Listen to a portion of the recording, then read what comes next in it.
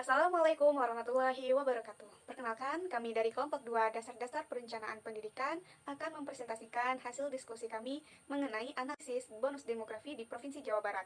Sebelumnya, saya akan memperkenalkan anggota saya. Yang pertama ada Deviana Safa, yang kedua ada saya sendiri yaitu Putri Bella Sagita, yang ketiga ada Revita Liana Bramanti. Menurut ilmu ekonomi tahun 2016, bonus demografi merupakan fenomena penting yang dialami oleh suatu negara karena kondisi jumlah penduduknya yang dinilai bahwa usia produktif sangat besar, sedangkan proporsi usia belum produktif atau usia muda di bawah umur 15 tahun dan usia tidak produktif yaitu usia di atas 60 tahun sudah semakin kecil. Bonus demografi tersebut akan memberikan ruang bagi pertumbuhan suatu negara apabila sumber daya manusia usia produktif berkualitas, dan sebaliknya, jika sumber daya manusia usia produktif tidak dipersiapkan dengan baik, akan menjadi tantangan bahkan ancaman bagi suatu negara. Bonus demografi telah terjadi pada berbagai negara berkembang, salah satunya negara Indonesia. Menurut Badan Pusat Statistik tahun 2019, berdasarkan proyeksi penduduk 2015 sampai 2045, hasil survei penduduk antar sensus 2015, jumlah penduduk Indonesia akan mencapai 269,6 juta jiwa pada 2020. Angka tersebut terdiri atas 135,34 juta jiwa laki-laki dan 134,27 juta jiwa perempuan. Sebanyak 66,7 juta jiwa masuk kategori usia belum produktif, yaitu 0 sampai 4 tahun. Kemudian sebanyak 185,34 juta jiwa merupakan kelompok usia produktif, yaitu 15 sampai 64 tahun. Dan sebanyak 18,2 juta jiwa merupakan penduduk usia sudah tidak produktif, yaitu 65 tahun ke atas. Sehingga saat ini Indonesia harus memanfaatkan potensi era bonus demografi. Menurut Badan Pusat Statistik pada tahun 2018, berdasarkan hasil survei, terdapat 3 provinsi di Pulau Jawa yang mendominasi sekitar 46% jumlah populasi di Indonesia.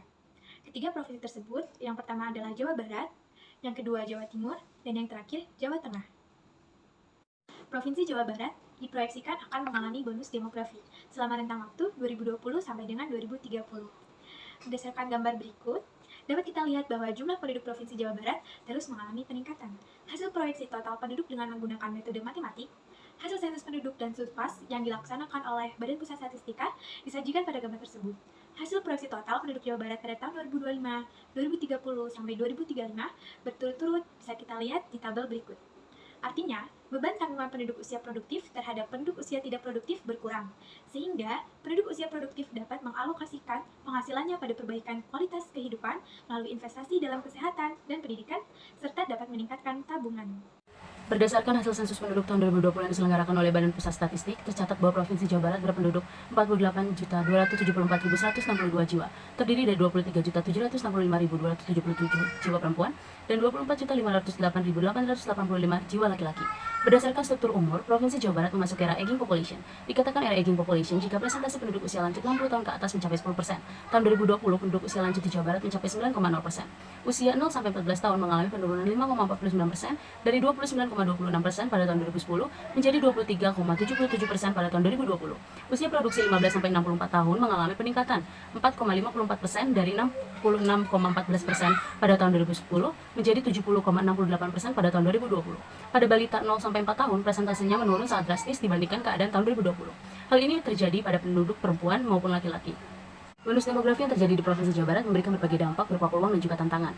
Menurut Jurnal Minawati tahun 2021, peluang bonus demografi tersebut yaitu adanya peningkatan pertumbuhan ekonomi melalui 3 mekanisme, yakni tersedianya pasokan tenaga kerja atau labor supply, tabungan atau savings, dan modal manusia atau human capital. Mereka akan memilih untuk menabung atau berinvestasi demi kebutuhan masa depan hidupnya yang diharapkan mampu meningkatkan prospek investasi dan pertumbuhan ekonomi negara Indonesia, sehingga mereka akan lebih memberikan kondisi kesehatannya, kompetensi, dan kualitas dirinya untuk masa depan agar mampu menjadi modal sumber daya manusia terhadap pembangunan negara Indonesia. Namun demikian, bonus demografi juga menimbulkan berbagai tantangan bagi Provinsi Jawa Barat, salah satunya dalam bidang pendidikan. Menurut Badan Pusat Statistik Jawa Barat tahun 2019, Provinsi Jawa Barat masih memiliki tingkat rata-rata sekolah yang rendah, yakni 8,15 tahun. Rendahnya rata-rata sekolah ini dipengaruhi oleh 3 faktor, yakni ekonomi, kemiskinan, dan budaya. Budaya anak yang tidak sekolah karena orang tua yang tidak mampu membiayai pendidikan anak atau ekonomi dan kemiskinan. Bahkan masih ada yang beranggapan bahwa anak perempuan tidak perlu mendapatkan pendidikan yang tinggi. Yang pertama, bonus demografi. Menurut Kamus Besar Bahasa Indonesia, bonus demografi adalah istilah dalam kependudukan yang menggambarkan jumlah usia produktif lebih besar daripada usia tidak produktif. Menurut Wikipedia, Bonus demografi sebagai fenomena penting yang dialami Indonesia karena suatu kondisi kependudukannya yang lebih besar dari usia produktif dibandingkan dengan usia tidak produktif. 41.326 jiwa dengan kepadatan 4,58% yang kemudian terus bertambah pada tahun-tahun selanjutnya. Dari pernyataan tersebut sangat jelas bahwa tingkat fertilitas, mortalitas, migrasi, dan mobilitas sosial bangsa Indonesia setiap tahun semakin meningkat. Sehingga dengan adanya fenomena tersebut, Indonesia sedang mengalami bonus demografi. Selanjutnya, ada peluang bonus demografi. Pembahasan mengenai peluang, maka bonus demografi yang terjadi di Indonesia dapat dimanfaatkan dengan maksimal oleh pemerintah kita. Beberapa hal yang membuat optimis bahwa bonus demografi bisa menjadi potensi bagi negara kita, yaitu terkait dengan pemerintahan Bapak Joko Widodo telah memasukkan isu bonus demografi ke dalam RPP pada tahun 2020 sampai 2024, termasuk menjabarkan kerangka pelaksanaannya. Hal ini menunjukkan bahwa fenomena bonus demografi telah disadari dan mendapatkan perhatian dari pemerintah kita. Salah satu upaya pemerintah untuk menghadapi era bonus demografi ini yaitu melalui pemerataan pendidikan dasar bagi seluruh penduduk Indonesia.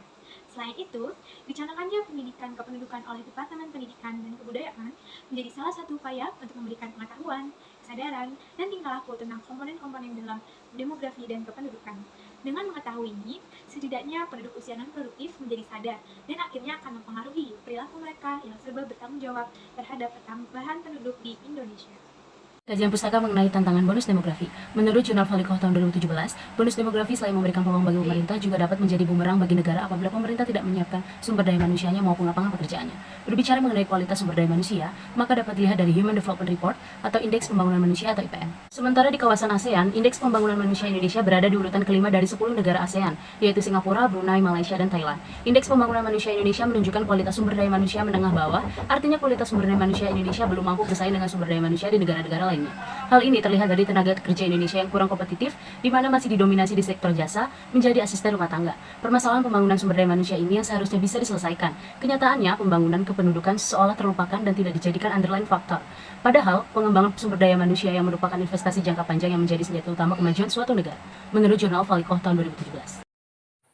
Berdasarkan data dari Badan Pusat Statistik Jawa Barat tahun 2019, bahwa penduduk Jawa Barat terdiri atas 12,83 juta jiwa atau 26,2%, yang merupakan penduduk usia muda, yaitu antara 0 sampai 14 tahun. Sebanyak 33,62 juta jiwa atau 68,18% merupakan penduduk usia produktif, yaitu 15 sampai 64 tahun.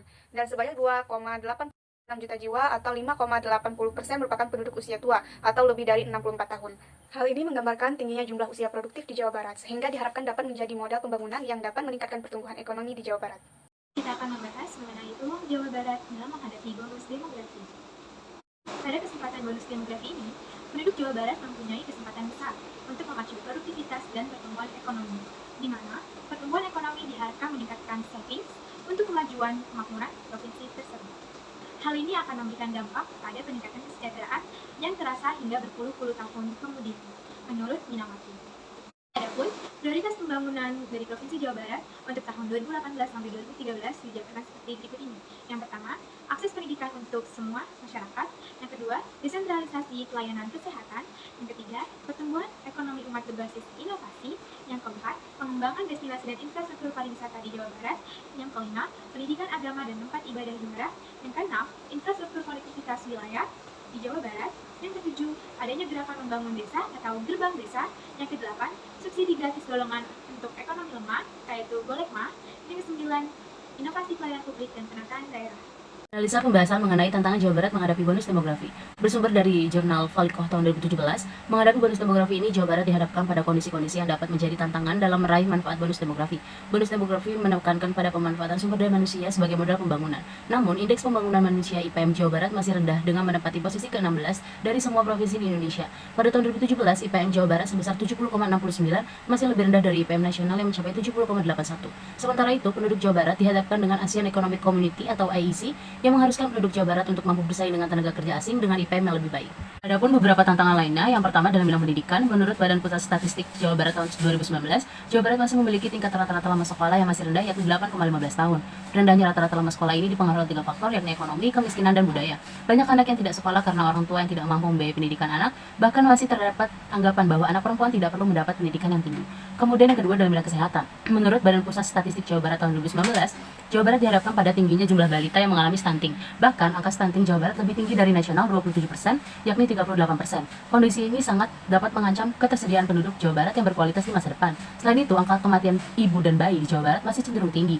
Bukan hanya itu, penduduk usia produktif Jawa Barat pun masih dibayang-bayangi oleh tingginya angka penyakit menular seperti HIV yang mengancam penduduk usia produktif.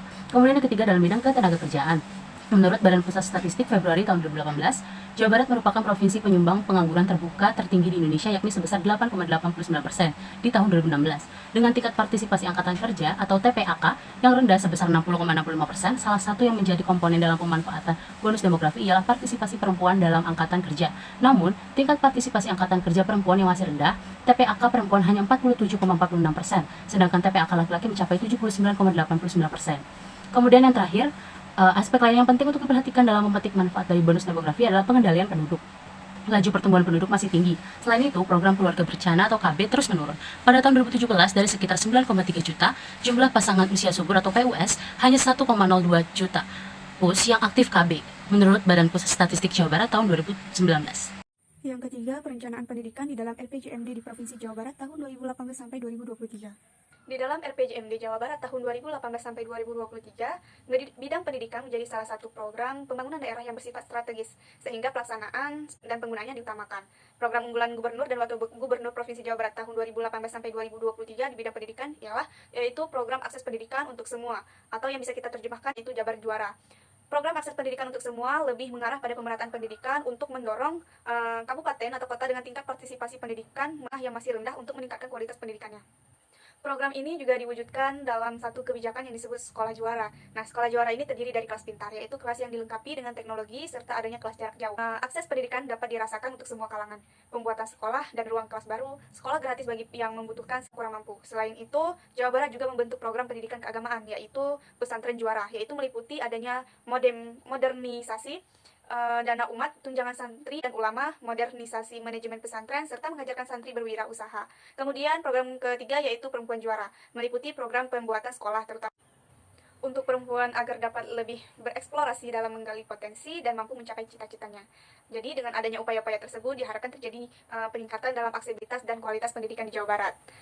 Kesimpulan dari topik pembahasan kita yaitu peluang dari bonus demografi di Provinsi Jawa Barat memberikan penduduk Jawa Barat mempunyai kesempatan besar untuk memacu produktivitas dan pertumbuhan ekonomi, di mana pertumbuhan ekonomi diharapkan mampu meningkatkan tabungan atau savings untuk kemajuan kemakmuran provinsi tersebut. Adapun dokumen yang mendukung peluang tersebut adalah memuat tujuan, sasaran strategi, arah kebijakan, pembangunan daerah, dan keuangan daerah, serta program perangkat daerah dan lintas perangkat daerah yang disertai dengan kerangka pendanaan bersifat indikatif untuk jangka waktu 5 tahun, yaitu berpedoman pada RPJMD dan RPJMN Provinsi Jawa Barat. RPJMD Provinsi Jawa Barat tahun 2018 sampai 2023 menjadi tahap pembangunan keempat dari RPJMD Provinsi Jawa Barat di tahun 2005 sampai 2025 yang bertemakan mencapai kemandirian masyarakat Jawa Barat. Menghadapi bonus demografi tersebut, Provinsi Jawa Barat juga dihadapkan pada kondisi-kondisi yang menjadi tantangan dalam meraih manfaat bonus demografi. Berdasarkan uraian hasil di atas, maka dapat disampaikan beberapa saran sebagai berikut. Yang pertama, diperlukan beberapa lingkungan kebijakan yang perlu mendapat perhatian pemerintah untuk mendukung tercapainya manfaat bonus demografi. Kebijakannya seperti kebijakan di bidang kesehatan, kebijakan di bidang keluarga berencana, kebijakan di bidang pendidikan, dan kebijakan di bidang ekonomi. Kemudian yang kedua, penyediaan lapangan kerja harus mengarah pada sektor yang mampu menampung tingginya jumlah penduduk usia kerja disertai dengan distribusi yang nyata. Berikut beberapa sumber referensi yang kami peroleh. Selanjutnya, biodata penulis selaku kami. Yang pertama, dengan saya sendiri, Deviana Safa. Saya lahir di Jakarta pada tanggal 30 Desember 2001. Sekarang saya tinggal bersama kedua orang tua saya di Jakarta Barat, Jalan Semangka 3 RT 12, RW 07, Kelurahan Jatipulo, Kecamatan Palmerah. Saya anak kedua dari 3 bersaudara. Kemudian saya menyelesaikan pendidikan formal saya di SD Jatipulo 1 Pagi, yang selesai pada tahun 2014. Kemudian saya melanjutkan ke SMP Negeri 111 Jakarta, selesai pada tahun 2017, dan kemudian melanjutkan lagi ke SMA Negeri 23 Jakarta, selesai pada tahun 2020. Dan pada tahun 2020 saya terdaftar sebagai mahasiswa jurusan Manajemen Pendidikan Fakultas Ilmu Pendidikan Universitas Negeri Jakarta melalui seleksi penerimaan mahasiswa baru jalur SNMPTN. Kemudian ada rekan saya, Putri Bella Sagita, lahir di Jakarta pada tanggal 1 Agustus 2002.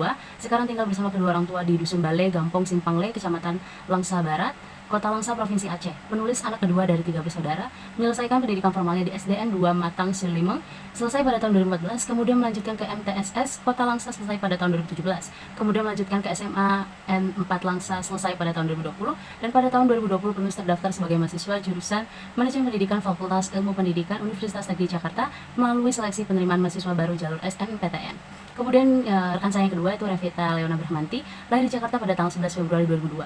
Sekarang tinggal bersama ibunya di Pisangan Lama, Kelurahan Pisangan Timur, Kecamatan Pulau Gadung, Jakarta Timur, Provinsi DKI Jakarta. Penulis anak ketiga dari 3 bersaudara, menyelesaikan pendidikan formalnya di SDN Pisangan Timur 03 Pagi pada tahun 2014. Kemudian melanjutkan ke SMPN 74 Jakarta, selesai pada tahun 2017. Kemudian melanjutkan ke SMAN 36 Jakarta, selesai pada tahun 2020. Pada tahun 2020, penulis terdaftar sebagai mahasiswa jurusan Manajemen Pendidikan Fakultas Ilmu Pendidikan Universitas Negeri Jakarta melalui seleksi penerimaan mahasiswa baru jalur SNMPTN. Baik, itu dia pemaparan dari kelompok kami.